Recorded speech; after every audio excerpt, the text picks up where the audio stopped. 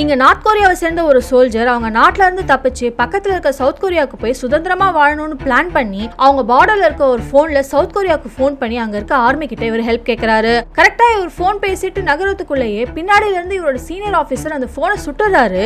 ஏன்னா இவங்க நாட்டை விட்டு யார் தப்பிக்கணும்னு நினைச்சாலுமே அவங்கள உயிரோட விட மாட்டாங்க. சோ இவரோட சீனியரை பார்த்ததுமே அவர் அங்க இருந்து ஓட ஆரம்பிக்கிறாரு. ஏன்னா இன்னும் 200 மீட்டர்ல சவுத் கொரியாவோட பார்டர் வந்துடும். ஆனா அங்க இருந்து 50 மீட்டர் தாண்டறதுக்குள்ளேயே இவரோட சீனியர் ஆபீசர் இவர் சுட்டுறாரு. அதுல இவரோட கால்ல குண்டடி பட்டாலுமே மனசு தளராம அந்த டனலுக்குள்ள போயிடுறாரு. இவரை பார்டரை ரீச் பண்ண விடக்கூடாதுன்னு சீனியர் ஆபீசரும் பின்னாடியே துரத்திட்டு போறாரு. பார்த்தா இன்னும் 5 மீட்டர்ல பார்டர் இருக்கு. அதுக்குள்ள இவரை அந்த சீனியர் ஆபீசர் முதுகுல சுட்டுறாரு. இவரும் குண்டடி பட்டு கீழே விழுந்தாலுமே அந்த பார்டரை எப்படியாவது தொட்டுடணும்னு ட்ரை பண்றாரு. அதை பார்த்த சீனியர் ஆபீசருக்கே இவரை எப்படிடா சுடுறதுன்னு யோசிக்கிறாரு. அதுக்குள்ள அங்க சவுத் கொரியன் ஆர்மி வந்து இவரை சுடக்கூடாதுன்னு வார்ன் பண்றாங்க. அப்பதான் தெரியுது இவரோட கை அந்த பார்டர் லைன்ல தொட்டுட்டு இருக்குன்னு. இதுக்கு மேல இவரை சுடக்கூடாதுன்னு அந்த சீனியர் ஆபீசர் அங்க இருந்து போயிடுறாரு. சவுத் கொரியன் ஆர்மியும் இவர் தூக்கிட்டு போய் காப்பாத்திடுறாங்க.